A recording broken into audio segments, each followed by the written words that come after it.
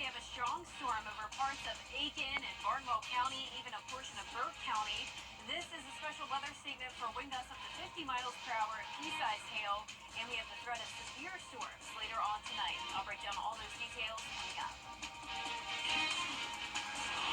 Right now on news, also ahead, 2 local fire stations are receiving federal funds, new funds, what they plan on doing with the money, and how to identify a medical scam. We'll have details as your News at 7 starts now. Live from Television Park, this is WJBF News Channel 6 at 7. Good evening, everyone. You're watching News Channel 6 at 7. I'm Dee Griffin. Thanks so much for joining us. Coverage you can count on begins as this. Well, time now for our first check of our weather, and Chief Meteorologist Jenna Bertracci joins us now. Jenna, I see some green and red popped up on your screen. Yeah, that's right, Dee. Finally, it's been dry throughout the day and just hot and humid, but now those storms are starting to bubble up, and we'll see another chance of storms later on tonight. But right now, just a couple isolated cells.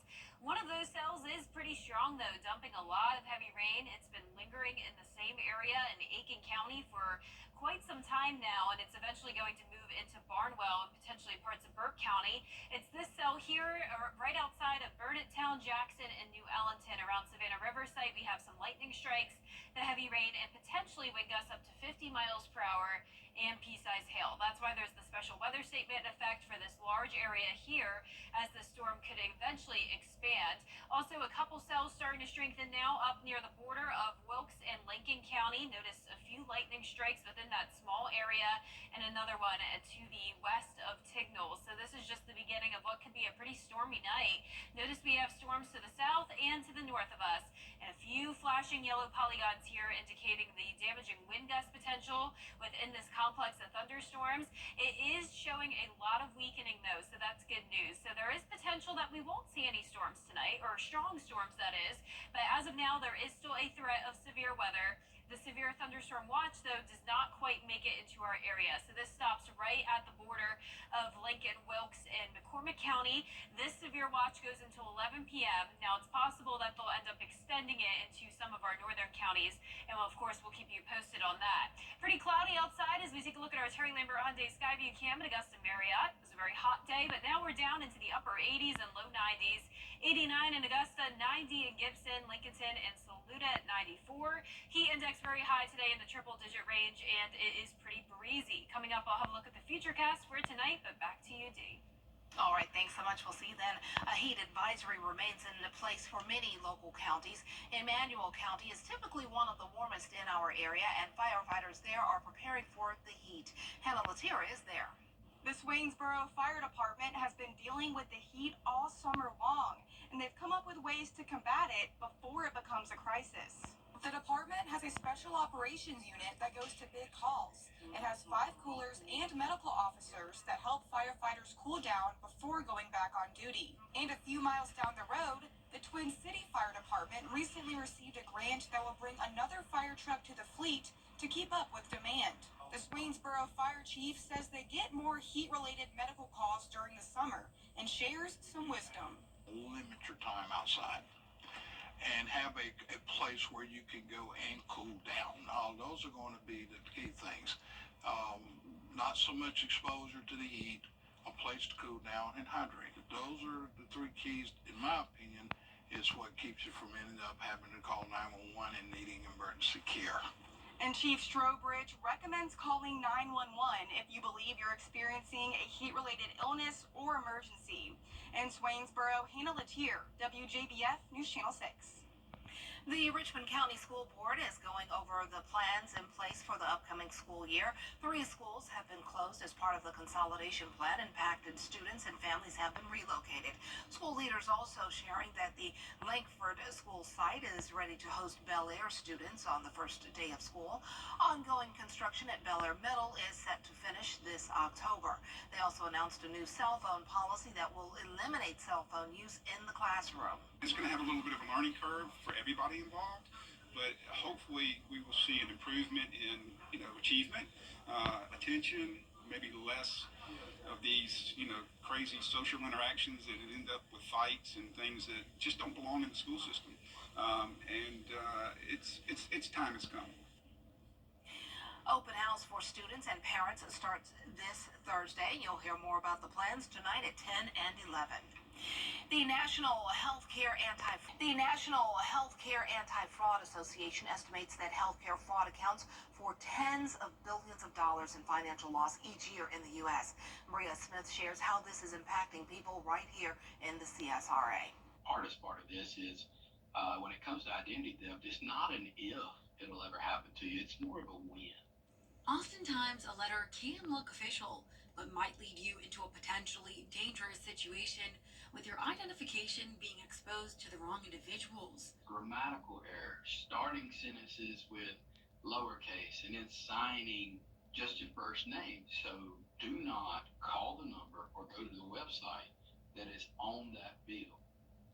Find that number or website for yourself and go there directly. While this does happen to some people, including senior citizens, Jason Blankenship says the typical age group that is targeted is adults ages 18 to 24. But in Georgia, the number of cases involving scam victims has reduced. Actually, Georgia used to be number 2 in the country for identity theft. However, due to some amazing laws that were passed now, classifying a senior citizen, anybody that financially exploits a senior citizen, is now a felony. Blankenship says the issue is worldwide, but it takes just a bit of time to double check before acting. How easy is it for a scammer that's out of the country to pick big organizations? And I mean, you're just fishing in a bigger pond. If you are or know someone who has been a victim of any kind of scam or identity theft, there are ways you can resolve the issue, like using a BBB survival kit. For more information on that, go to WJBF.com. North Augusta City Council is providing updates on projects. Coming up, new questions are rising after an Illinois deputy fatally shot Sonia Massey.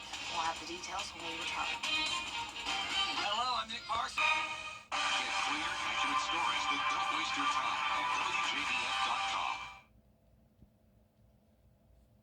We turn now to the fatal police shooting of an Illinois mother. We're learning more about the sheriff's deputy charged in the case. His troubled past is raising questions about why he was hired in the first place. Andrea Vucci has the latest. New details emerging from allegations of aggression and integrity issues involving Sean Grayson. He's the former Illinois sheriff's deputy charged in the murder of Sonia Massey. She called 911 earlier this month to report a suspected prowler at her Springfield home. Body camera video shows Grayson responding and later shooting Massey as she held a pot of boiling water. Where you going? No, she had boiling water and came at me with boiling water. You shot her? Yeah. She said she was going to rebuke me in the name of Jesus and came out with boiling water.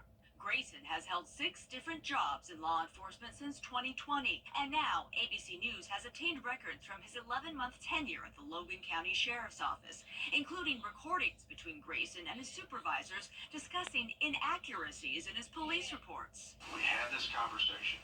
I told you in that meeting, review all your reports, make sure they're right.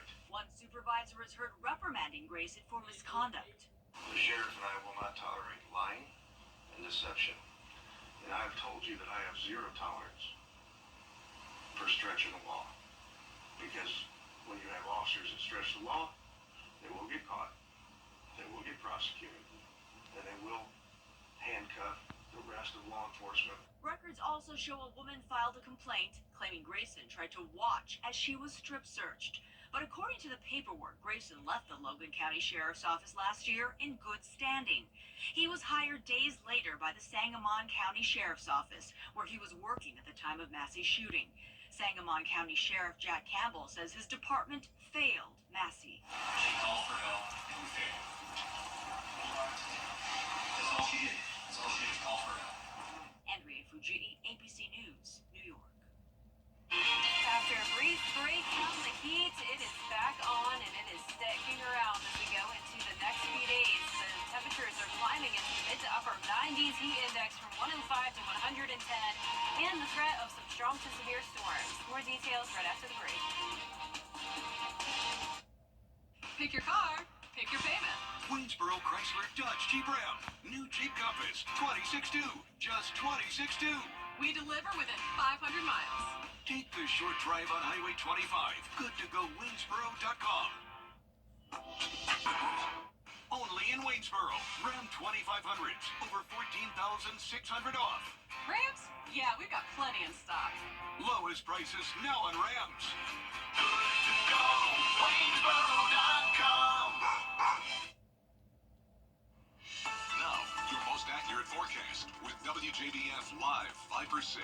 Welcome back. It's starting to become a pretty stormy evening. We have some special weather statements in effect. One of those for parts of Barnwell, Aiken, Richmond, and Burke counties. It's for this cell here that's been impacting parts of New Ellenton, Jackson, around Savannah Riverside with a lot of lightning, heavy rain, and the possibility of 50-mile-per-hour wind gust and pea-size hail. So this will be moving off towards the southeast, and we have another one. This is a special weather statement until 8:15 for this very small but mighty cell here. It is around Bobby Brown State Park, northeast of Washington in Lincoln County. A couple lightning strikes here as well, and it's headed into McCormick County, about to cross the river or the lake. Our Terry Lambert Hyundai Skyview cam over at Television Park showing the rain out in the distance there. It is likely about to storm here in town. 89, feeling like 100 degrees still. So even with the storms, it is staying hot. We're seeing upper 80s to low 90s across the board, and tomorrow will be another hot one as well. Heat advisory for the same counties as what we had today from 11 a.m. to 8 p.m. tomorrow, and that is for the heat index up to 109. In the meantime, we have a slight risk of severe weather tonight for the areas in yellow. This goes until early Wednesday morning for the damaging wind threat. We have this complex of thunderstorms that we're watching. It's been impacting the Tennessee Valley and has now crossed into the Georgia border. We have some severe thunderstorm warnings for the gusty winds, and tomorrow we have another threat of strong storms as well. Starting out dry and then heating up to around 96 degrees with those storms popping up. Heat index up to 108 tomorrow, 110 degrees for your Thursday and Friday. Tonight at 9 o'clock, other than a few of those cells that we're seeing, we will not see that system move in until around 10, 11 o'clock. You can see it still looks like it could be bowing out, and that indicates some gusty wind potential, even as far south as, say, Glasscock, Hancock County, parts of Aiken, Richmond, and then by around 1, 2 o'clock in the morning, it starts to break apart, and that's why there's a lower threat of severe weather for our southern line counties. A dry start to your Wednesday morning, and let's pick things up Wednesday at 8 a.m. You can see we'll still have the chance of storms starting Wednesday afternoon and evening, primarily in the Midlands, but then another batch could come through late at night, similar to what we're having tonight. So around midnight going into our Thursday, pretty high chance of rain, but overall I'm keeping those rain chances low when you look at the 10-day, and that's because a lot of this is happening overnight, really not impacting your day too much. Thursday afternoon, similar situation, so we continue to have those chances of rain and potentially more rain next week as we watch this potential tropical system developing, 60% chance of that. Lows tonight will be in the low to mid 70s. Highs tomorrow will be in the mid to upper 90s. In your 10-day forecast, showing those chances of rain down to 30% Thursday and Friday as we heat up to 98. Scattered storms over the weekend and more rain and heat next week. Back to you, Dee. Okay, thanks so much. The Your Hometown Road Trip team is headed back to Beach Island. This time they'll be talking flowers with Jinx Farmer, checking out the South Carolina School of Welding, and getting some inspirational words from legendary entertainer Flo Carter. I wish, first of all, that each and every one of you out there could live the life that I lived, because it was beautiful. And if you can't, then make the most of your life. Whatever you're doing this morning when you woke up, are you sitting in a rocking chair looking at me? Get out of that rocking chair.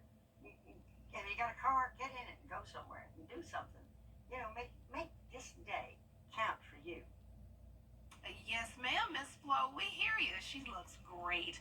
You can catch your hometown road trip on Wednesdays at 12:30 on News Channel 6. Well, still ahead, the Olympics are heating up, and so is Paris, on the heat wave in France when we return. Truck accidents leave you out. And we're briefly hopping back in to let you know there is now a severe thunderstorm warning for that cell that I was just talking about. A lot of lightning here, and also the potential of 60-mile-per-hour wind gusts and penny-size hail. This is over parts of Richmond and Aiken County to the south of Burnettown, right now over Jackson and around New Ellenton, headed towards Barnwell County. This goes until 8 o'clock this evening. Do you have gently used self? Injured? Call Austin Jackson, the Augusta guy. Everybody's got a guy. A guy to help you move, fix your car, someone you can count on when it really matters. That's what makes them your guy. I'm attorney Austin Jackson, and I'm your guy in Augusta. I was born and raised in the CSRA, and I help people get the money they deserve when they've been hurt. So if you've been hurt in an accident, I'm your guy. Call Austin Jackson, the Augusta guy. 706-724-7224. You're looking good, buddy. Did I do it right? Please protect your ears, right? Did I do it right? USA! USA! I don't have a six-pack, I got a one-pack. I have one question for y'all. Are you ready? All right, Flava Flav is a big supporter of the U.S. women's water polo team. After the team captain posted that some of her teammates worked 2 or 3 jobs, Flava Flav announced he was going to sponsor the whole team. He signed a 5-year sponsorship deal and made an undisclosed financial donation. Way to go, Flav! And back to that severe thunderstorm warning. Once again, this is primarily for Aiken County, also parts of Richmond County. It's pretty much stationary, dumping a lot of heavy rain near New Ellenton and Jackson. Frequent lightning and potentially 50-mile-per-hour wind gusts and penny-sized hail. Another strong storm up near the lake as well. All right, thanks a lot. Thank you for joining us. We're always with you at WJBF.com. Entertainment Tonight is next.